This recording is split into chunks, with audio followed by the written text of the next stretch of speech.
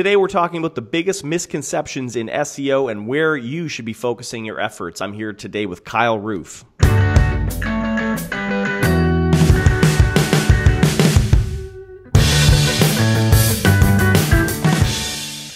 Hello, I'm Kyle Racky, and today I am joined by Kyle Roof. He is an SEO expert who runs the search intelligence agency, a community of over 200 SEO professionals, and he is the co-founder of High Voltage SEO, a digital marketing agency. Welcome to the show, Kyle. Very happy to have you. Thank you very much for having me on. Happy to be here. I appreciate you getting up bright and early. I know it's 8 a.m. your time, and I would not be thinking if it were me in that scenario. I think for most digital marketers, this is a terrible hour. You seem sharp though, so I'm excited to jump into the topic at hand. So the thing that's really cool about you, from what I've learned reading your bio and whatnot, is that you are in the guts. You're in the weeds every day. You're not talking very high level theoretical concepts here. You're really like digging into the weeds, doing tests every month, overseeing tests. I'm really excited to kind of learn about this. So like, what kind of stuff are you testing? How are you testing it? Sure. And what I'd like to tell people is, I do SEO all day, every day. Like, this is my full-time job. So in addition to an agency where I'm servicing clients, then I'm also running tests in the SIA group. What we try to do in SIA with the test is get down to single variables. So our goal is to get test environments down so that we're controlling as much as we possibly can. And then at the end of the day, find out if something is or is not a ranking factor.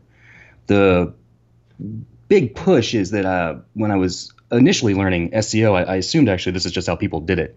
Because when you look for if something is a factor online, you'll get 9 people that'll say yes, 9 that'll say no, and 9 that'll tell you maybe. And I realized, well, that's not very helpful. So I think for a lot of people, like I used to run an agency that was more web design focused, but I think web designers are always treading into the SEO space a little bit. Of course, clients want to rank high when they launch a new website. So I think all web designers are often reading articles, maybe reading Moz, learning best practices, and I think a lot of it is they're not really testing it and measuring it in a scientific sense. They're just going, okay, well, this website says X is important, so I got to make sure I put this word in the title tag or that kind of stuff. It's all very kind of theoretical information. What what types of tests are you running in terms of what things are you trying to test? Sure. So we look, 3 main areas really when you think about on-page factors, link strength issues, and then social media stuff. So we're looking at those kind of signals, and I guess also user metrics is another category. So with the time on page, that kind of stuff. Exactly right. Bounce rate, dwell time, if that's such a thing, those kind of factors, traffic just in general, and then also looking at real traffic versus not real traffic. Can you game metrics? Can you send bots, for example? Really? To pages. Wow. So we've gotten, actually that's in the last couple of months, we've gotten into a lot of that, looking at several high-level programs such as Supreme Traffic Bot, Panda Bot, Micro Workers, those types of things, and then seeing what works and what doesn't. I had no idea those even existed. Are people sending fake traffic to their sites? Oh, certainly. Wow. Absolutely. Do you think big sites are doing that? For sure. Wow. For sure. And so you're testing this stuff out to basically go, does Google look at the traffic and are they excluding bots from kind of ranking or saying like, okay, you've got millions of visitors, but we know that these are bots, so that's not going to enhance your ranking factors. Is that kind of what it is? That's exactly right. So there's certain factors that we found in user metrics that will improve rank, such as lowering your bounce time. Direct traffic, getting traffic to a page will cause a boost in rank. Those type of things we know work. So then you have programs that will simulate those things, and then we're looking at factors, what will actually trigger that ranking. What is Google kind of looking for to say that, yes, this is a real visit, and then count it, and what isn't. It kind of seems like this is just a working theory at the moment, but it needs to get past Google Analytics. It needs to be recorded. But Google Analytics in and of itself is not the ranking factor. I think there's actually something else that's being used. But if you can get past Google Analytics, that's kind of step 1. Step 2 would be mouse movement, real mouse movement on the page. There are a lot of programs that'll get recorded in Google Analytics, but they don't have real mouse movement, and they won't move the needle, which is interesting. Is Google tracking mouse movements? Again, we're just kind of working with this, but yes, I think so. Wow. So you said like Google Analytics is kind of the first pass, but Google's recording stuff behind Google Analytics that isn't necessarily showing up in Analytics. Is that what you're saying? That's right. And I think it would be where they're trying to see if this is an actual person that's on the page versus a bot, because a lot of bots have problems scrolling down, for example. They can click on things, but they have problems actually moving the page and getting mouse movement that would simulate what a real person's going to do. Wow. When I was looking through your notes earlier, there was a lot of things that I always thought were givens in SEO, and maybe this is where I think a lot of people could learn from this, because if you're not in the weeds every day digging into these details, running these tests, a lot of it is you just kind of trust that websites tell you to do something. Well, that must be the way to do things. One of them was readability isn't a ranking factor. That was kind of shocking to me, because you're always being told, you know, SEO is just about great content and stuff that people want to read, and things that are good for users are automatically good for Google. Kind of like dig into that a little bit. Sure thing. Something that I always wanted to look at is when you get that list of 50 things, you know, you should do this and this and this and this and this. I started thinking, like, do you need to do all 50? You know, what if it's just 10? So then, like, kind of taking those 50 apart one by one and seeing which ones actually will do something and which ones won't. But when it comes to readability, something that's a real push right now is and when you're creating content, is people say, like, don't write for a keyword, write for the click. You know, make it entertaining, and I think that's true, because those are factors. You know, click-through rate is a factor, but you also you must tell Google what your page is about. You can't outthink Google, or you can't get too tricky with it. And one of the things that you read about is readability. Readability is often done with the Flesch readability score, which kind of then tells you how difficult something is to read. And then the common thought is you want to get to 7th grade, that's the spot that Google is rewarding. And so we looked at that. Well, creating test pages that are identical and then adding content to them. In the control pages were all at 7th grade level, and then the test page we moved to grade 27. You know, as high as we could get the content to score. So you have to be a PhD basically to understand it. Yeah. And of course, in running the test, that page moves to number 1. So you know, it's probably because that was more unique content than the other pages. But this was kind of test that was run several times using several different readability scores, and at no time was more difficult content to read punished. And even at different levels, meaning that it's not necessarily a ranking factor. But then I started to look at what is that score. You know, what is a readability score? And what it is it takes the number of words on a page and divides by sentences, and it takes the number of syllables and divides by words, crunches that all together, and comes up with a number. So then you realize, well, maybe that's not a factor, because who cares? You know, that's not really an important thing. But then what about grammar? Okay, well, maybe this readability thing isn't, but what about good grammar or spelling? And that's also not a ranking factor. Google isn't reading your page. You know, Google is looking at signal points for what something is about, and then is looking for context after that. I think it's probably a couple crawls is what Google is doing to do that. It's not just one crawl, all factors are measured. It's probably a multi-step process. But step 1 is Google needs to know what this page is about. It needs to be able to index the page. And that's by telling Google quite clearly what the page is about. Mm-hmm. We're always hearing that, you know, Google's constantly getting smarter. They're constantly adjusting their algorithm to basically account for SEOs or especially black hats kind of gaming the system. Have you found in the last year, has Google pushed an update that's changed things in any kind of meaningful way? And no, in fact, we're seeing it going the other way. Old school tactics seem to be working more and more than they used to, like old school spam tactics. Wow. So I think as Google kind of pushes in one direction, I think, and let's not take anything away from Google. It's an absolutely amazing thing, and the data that they process is phenomenal, and the program is amazing. But I think as they kind of push in one direction, then they kind of lose stuff on the other end, and I think some of the stuff that they might be losing are the things that were stopping old school spam. Okay, so let's look at some examples of that, because I remember a few years ago, maybe it was only a couple years ago, there was this big commotion kind of raised around guest blogging and external links, which are always kind of thought to be holy grail of SEO. You get all these great authoritative links from websites, and then Google seems to be minimizing the impact that has. Has that changed at all? Is that something people should still be looking at doing, is writing guest posts on big blogs and getting links from them? I would imagine Google probably has a list, and this isn't anything that I've tested, but I would think that if you can find a list of things where you can pay to get a link, Google probably has that list. So, and there's probably a list of just ignore kind of URLs. And so if you're doing it that way, you're purchasing guest posts off a list that you got off somebody off Facebook. My guess is those aren't going to do too much for you. But on the other hand, a link from a regular site that is a guest post kind of link will definitely move the needle and will definitely help you out. Yeah. Okay. Just related to readability and grammar. So that's super interesting that, obviously you want something to be readable and understandable to your audience, but what you're saying is that from just purely a search perspective, you're not going to gain anything by dumbing it down and making it simpler and easier to understand. Of course, readability is an indirect factor. If somebody's coming to the page, you want them to be able to engage with your content. You want them to stay on the page. You want them to click through. And if you have terrible content, they're not going to do that. But as a direct factor, Google reading the page and saying, looking at readability, looking at grammar and spelling, that is not a direct factor. I remember, at least when I was sort of more, more read up on SEO, there was a lot of importance placed on H tags. Your H1 is your title, and then your H2s and 3s. Is that still important? Have you done any tests on that? We test that constantly.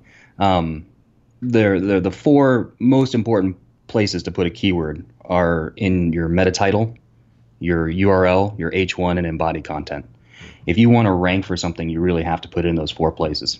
Obviously, you can get around it, but you're, I think, already harming yourself by not doing that. Those are the top four places. Recently, I've been testing currency concepts. Can you beat one H1 with two H2s? Right. Or can you beat one H2 with two H3s? Or is there an economy? Is there a currency to factors? Because we definitely tested and seen that there are groupings of factors. You've got those top four, and then you might have your remaining H tags as the next set, and then you probably have things like bold, italic, image alt, anchor text on the page. Those are probably another set, and those are kind of the sets in between. But could you overcome maybe an optimization factor by more of something lower on the chain? And what we're finding is that you can't. It really seems that those things are actually seen as different sections, and so you probably want to optimize to an optimal range according to your keyword, but for each of those things. You can't substitute H3s for H2s, for example. Right.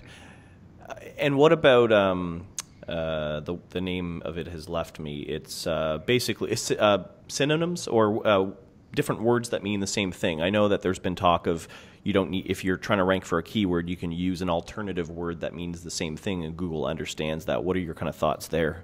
Sure, that's maybe getting into LSI. LSI is latent semantic indexing. One thing to think about on that is that LSI is probably not necessarily synonyms, but other words that come up in a conversation about something.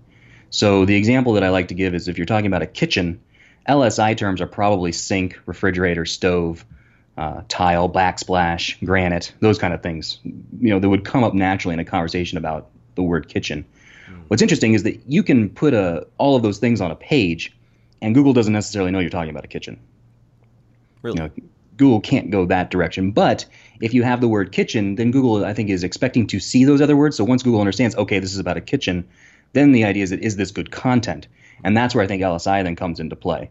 And so LSI can't beat a keyword, but a keyword needs LSI to beat other keywords, if you will, other pages optimized for that keyword. Interesting. That makes sense. So it's basically not necessarily synonyms, but related keywords or complementary keywords. Right. Things that just come up naturally in a conversation about something, you need those on the page. And I think Google is looking for those once Google understands what the page is about. But you can't just put those other things and assume that Google will know that, okay, this page is about this particular thing because I used all those other terms. Right.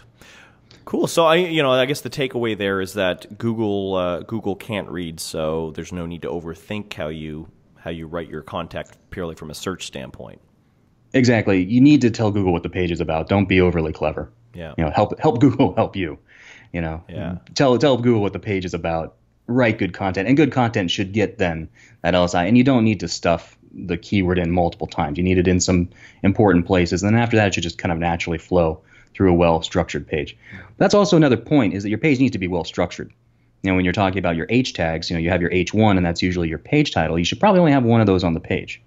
Your H2 should be supporting concepts of that main concept. So if you're getting into other things, if you're outside of that H1, you're probably harming yourself. I like to give the example of a Roman numeral outline. Your Roman numeral 1 is your page title. And then how you have your A, B, and C's. Those are your main H tags. And your 1, 2, 3s, and 4s, those are probably supporting paragraphs, lists, that kind of thing. But you need to maintain that structure, that order that Google's, I think, expecting to see. And that's also how humans like to read, too. Humans like to read in order, and it's easy for then Google to understand what it is, and then also think it makes it easier for your visitors to understand what that page is about. If you keep that kind of a structure, you're not only doing Google a favor, but you're probably also doing your readers a favor at the same time. Right, yeah. It's even kind of the way HTML is structured when you're reading raw HTML is like paragraphs indented, exactly with heading tags and whatnot. Speaking from a technical standpoint, there's also the technical things that people talk about in terms of HTML, schema errors and warnings. Now, you're saying that a lot of this stuff is not a ranking factor. Can you kind of delve into that a bit? Sure thing. When you do a site audit, you press the button and you get your report. One of the first things you always see is HTML and CSS errors. And they can be expensive to fix, and most people are not dealing with an unlimited budget. There's just a certain amount of time and money you have to invest in your web projects. Do you need to fix these errors? And so kind of testing HTML and CSS, are pages with lots of errors, is that a negative factor? And it's not. Schema warning. Schema is a good thing to put on your page, and you should definitely do it. But sometimes people get really concerned when they put their schema into the structure testing tool, and it kicks back a lot of errors and a lot of warnings. Is that a negative factor? And it's not. Keep in mind, though. Just outline what schema is for those that don't know. Absolutely. If you think of your meta tags or tags that are above the page that only search engines read, such as your meta title, your meta description, your meta keyword. Schema is very similar, but it's tags inside the page. What schema does is it tells search engines this is that. When you look at a product page, you see $49.95, you see SKU and some number and 4.5 stars. You as a person know that that's a price, that's a SKU, and that's a rating. Search engines don't necessarily know that. They see numbers and pictures and letters. So what schema does, it says this is a price, this is a SKU, this is a rating, and then search engines have agreed that they will read that language and understand what those things are. That's what schema is. Okay. So schema is a good idea to put on your pages to help search engines understand what the content actually is. But if you have a page that has a lot of warnings or errors, you're not harming yourself by putting schema that you might kick back errors. I wouldn't obsess over making sure my schema is 1,000% correct. I'd get the big things on there, and then I wouldn't worry too much about it. Right. But if I can give one note, though, don't tag things that don't exist. There is a spammy schema penalty. You must have the thing on the page in order to tag it with schema. And what people will often do is they'll put some rating of 5 stars out of 5, and that goes across all their pages. And that if that review doesn't exist on the page, you can't tag it, and you can get harmed from that. So, right. Warnings are one thing, but make sure not to don't tag something that doesn't exist. Yeah, I think that kind of goes back to the don't be a black hat, don't be an asshole, be honest. Exactly. Yeah. Just tag something that's really there. Now, you mentioned also page load time not being a factor. We're always told constantly in SEO, pages have to be super fast. The faster, the higher you rank. What are your kind of tests revealing on this? Well, this was fun because Google in 2012 came out and said page speed is a ranking factor. And then they really didn't define it. And they, I think, allowed people to believe, especially in the tools. Google gave 3 or 4 tools at the time that people could use to then check their their page speed, and page load time was the first and foremost thing that these tools would spit out. And then people were like, oh, okay, it's page load time. So we tested page load time. And then we had test pages that were loading at like 20 seconds and against pages that were loading in a second, and we could not get them to drop. Wow. Running this test multiple times. Now, obviously, that would be a secondary ranking factor. Somebody would not wait 20 seconds for a page. They would be gone, and that's probably going to harm you. But as a direct ranking factor, page load time is not the ranking signal. What we think is, and what we're testing, we think it's time to first byte. Time to first byte, TTFB, is where you hit enter after typing in, a URL, and the request goes to the server, and the very first piece of information that comes back, the first byte that comes back, is measurable, and that's called time to first byte. That's where I think the ranking factor lives. And I think what you want is what's under 0.5s. Don't worry if you don't know what that means. Just talk to your developer. They know what that means. Tell them you want your TTFB under 0.5s, and you're probably good. For a good user experience, you probably want a fully loaded page under 7 seconds, or maybe a partially loaded page under 3. But that's for user experience. Yeah. Not necessarily the ranking factor. Right. And so it sounds like time to first byte, and not that I'm overly knowledgeable about this, but it's almost more server optimization than really like the page itself. That's right. Yeah. Okay. And those are things that I don't even understand. I just tell my people, go fix this. Yeah. The engineers will figure it out. So the other thing I want to kind of jump into here is what you talked about when it comes to linking and domain authority. We're always told the more external links, the better. The more authoritative it makes your domain. You're saying this is more or less bullshit. I want to know about this. Sure. This was one of our more fun tests, and I think one of our more controversial things. It's important to understand that there's kind of this fusing of concept of domain authority, and then also Moz has a metric called domain authority. And I think in the industry they've kind of merged into the same concept. But really what we're talking about is an orphaned page. So you've got ESPN.com, you have an orphaned page, meaning nothing is linking from another page on ESPN to that page, versus an orphaned page on joesports.com. Those pages will probably perform the same. The ESPN page will not outrank the other page simply because it exists on ESPN. There isn't an inherent strength to that particular page simply because it is on that domain.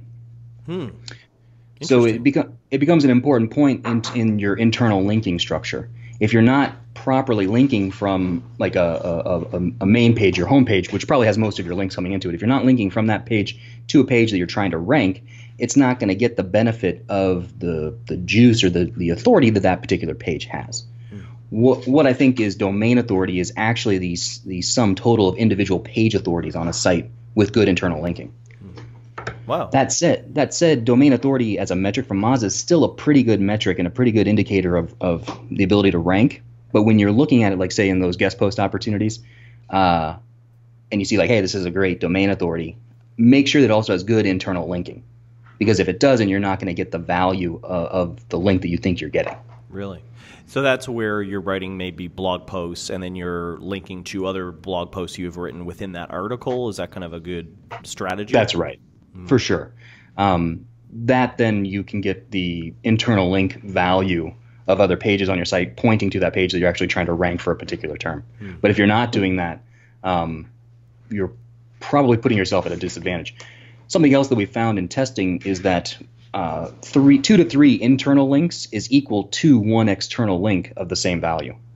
So just as a random number, let's say your site has a value of 20 or a strength of 20. 3 internal links on your site probably equal 1 external link of that same value, of that 20, if you will. So if you have a site that is gaining authority and you're not linking internally, say from blog posts to kind of target pages, you're really putting yourself at a disadvantage. You can take advantage of your good content and link to your target pages, building what's kind of called a silo, and boost the rank of those pages. So something that people could do right now is go into their blog posts, and if they don't have a link to an internal page, link to a target page that content is related to, and they'll probably get a ranking boost. No, when we're talking about domain authority, I'm thinking about articles that are in Forbes and Inc. and some of the big business blogs out there. Some of the articles are actually, and no offense to these guys, they're just horrible blog posts. They're very short, not a lot of meat to them, and yet they seem to rank #1 for certain searches. I don't have any examples in mind, but I've often done this when kind of researching my own blog posts, is kind of see what we're up against. And it always seems like these, Forbes and Inc. have these blog posts that are very light in content.